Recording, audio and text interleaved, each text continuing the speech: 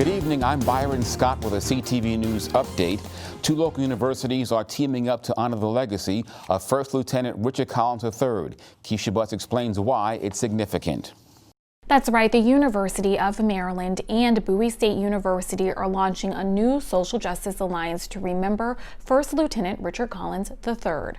Collins, a BSU student, was murdered in College Park in 2017, just days before graduating. He was fatally stabbed by a former UMD student who was found guilty of first-degree murder in 2019. This new alliance will promote social justice at both campuses through classes, symposiums, and a national conference. The schools announced the new partnership during a virtual ceremony.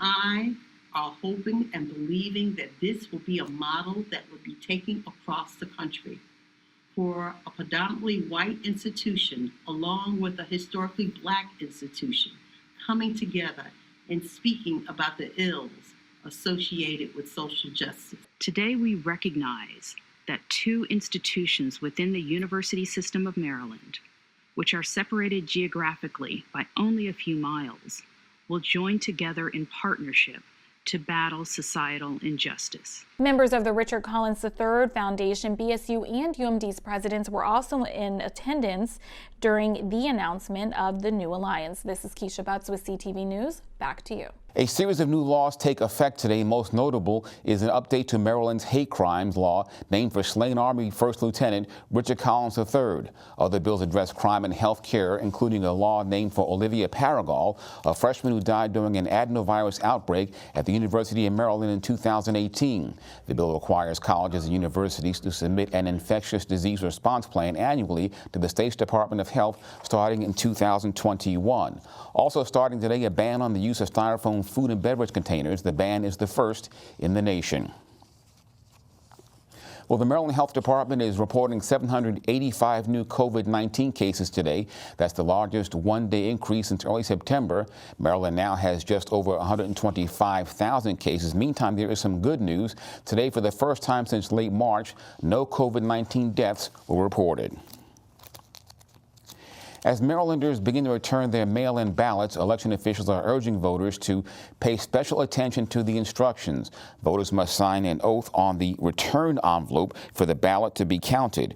During the primary, some 600 ballots were rejected because the envelope was not signed. Also, if you decide to submit your ballot through the U.S. Postal Service, make sure it's postmarked by Election Day. We here had to reject over 6,000 ballots during the primary election because they were not postmarked on election day. They were postmarked the day after the election.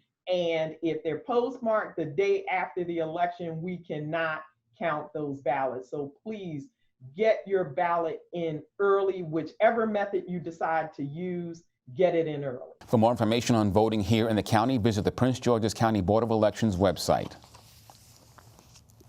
Well, authorities are working to determine the cause of a fatal crash in Capitol Heights last night. Police were called to the intersection of Walker Mill and Silver Hill Roads at around 10:40. Investigators say an adult male was driving southbound on Walker Mill when the vehicle left the roadway and struck a tree. Anyone with information on this incident is asked to call police. A former Maryland lawmaker is reported to a federal prison in Connecticut to serve a 2-year sentence. Former Delegate Cheryl Glenn helped create Maryland's medical marijuana industry. She was sentenced in July for taking bribes in exchange for legislative favors, including votes that benefited that industry. The 69-year-old admitted to accepting bribes totaling nearly $34,000. Glenn was also ordered to pay more than $18,000 in restitution.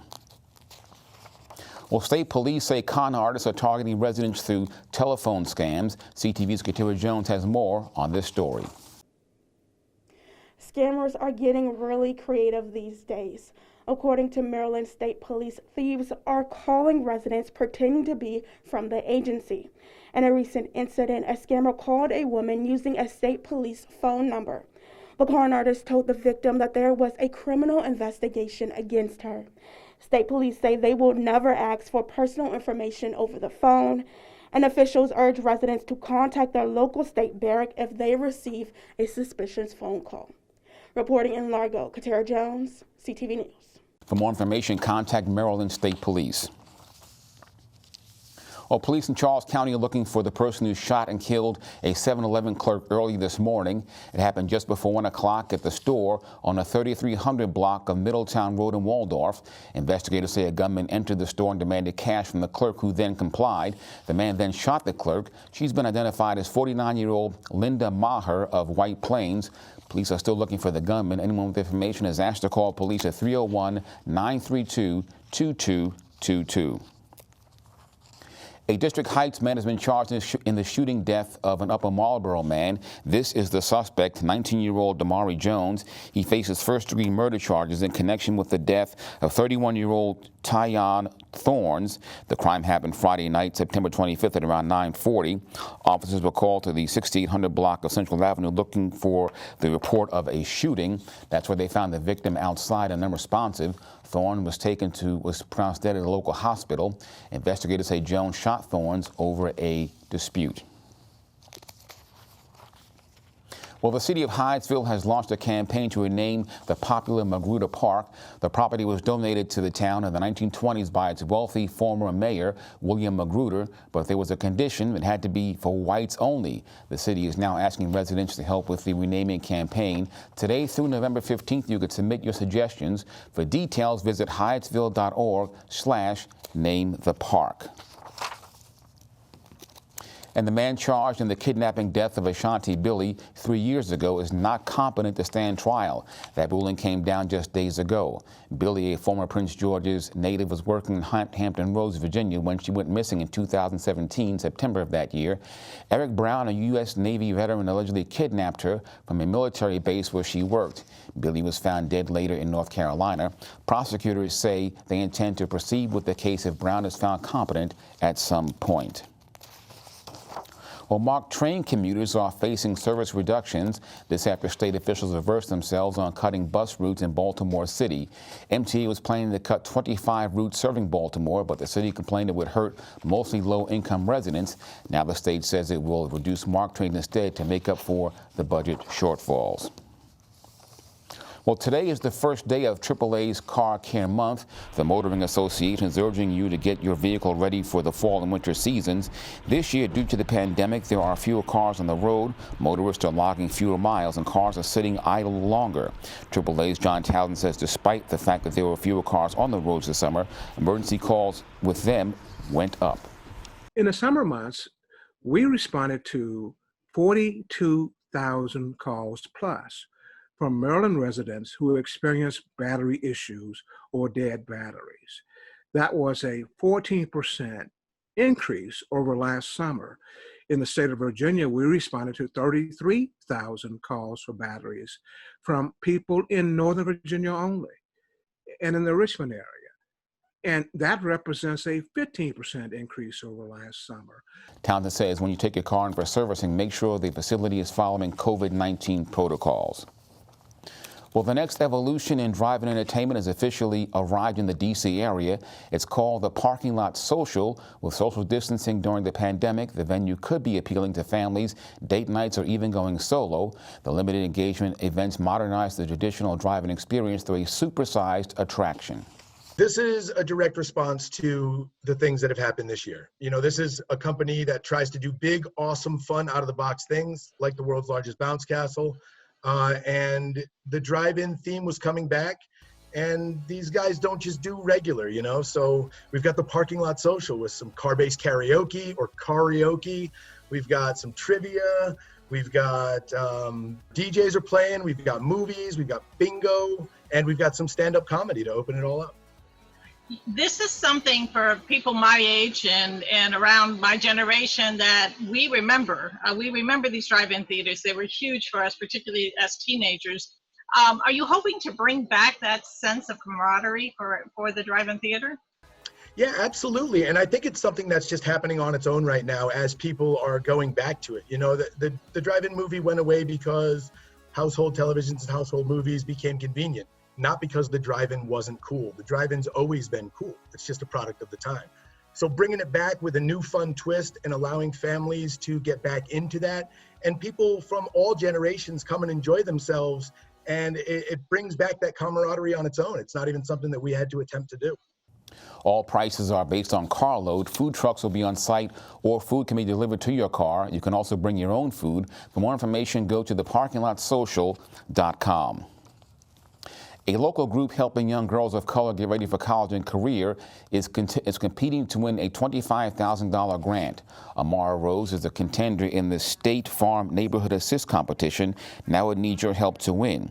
The nonprofit provides mentoring opportunities, career and college advice for girls at Eleanor Roosevelt High School. The group goes on field trips to Capitol Hill, Google, and even the White House. Winning this contest will help the group offer their services to students at other schools. Our goal is to expand to schools across Prince George's County and then eventually across the DMV and then beyond that. So that's why it's so important for us to continue doing fundraising and win the State Farm grant so we can get the funds that we need to be able to expand our reach. You have until tomorrow to help Amara Rose win. To vote, visit amararose.org/State Farm. Well, a quick look now at our 3-day forecast. Tonight, cloudy and rainy with a low around 53 degrees. Tomorrow, cloudy with a slight chance of rain in the morning. Daytime temps reach a high of 67 and a low around 47.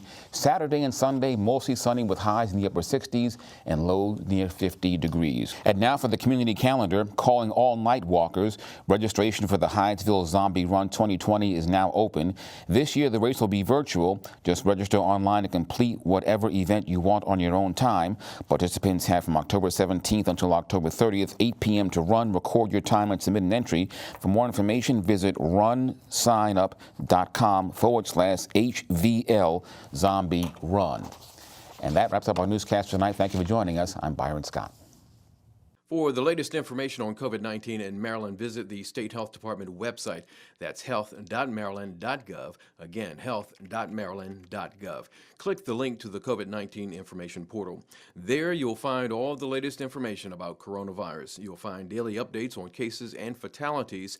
Answers to questions about testing and the governor's stay-at-home order are available as well. For specific information about Prince George's, visit princegeorgescountymd.gov. That's princegeorgescountymd.gov. The site offers information about local services for residents and businesses.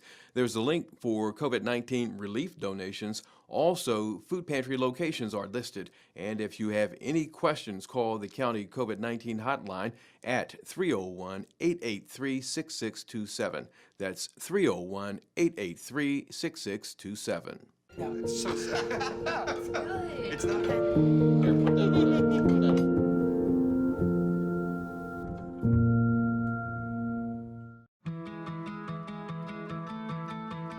There was a time in my life where I was extremely homesick. I decided that I needed a pet.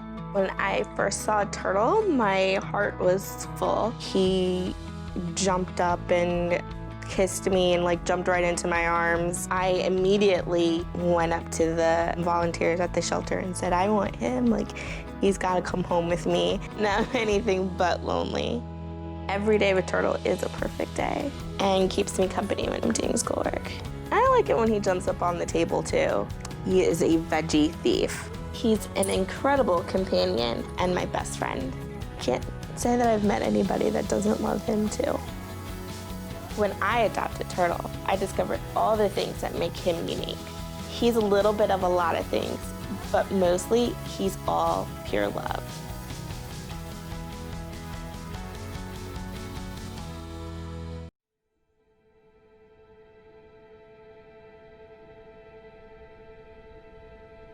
I am what child hunger looks like in America.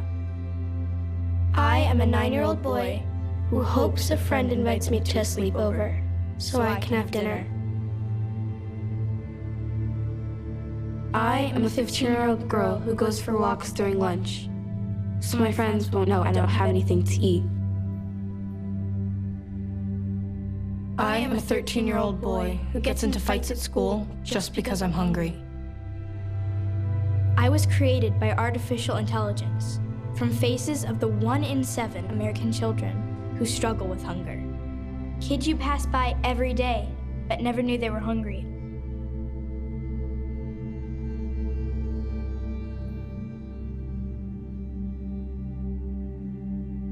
Feeding America, 200 food banks strong.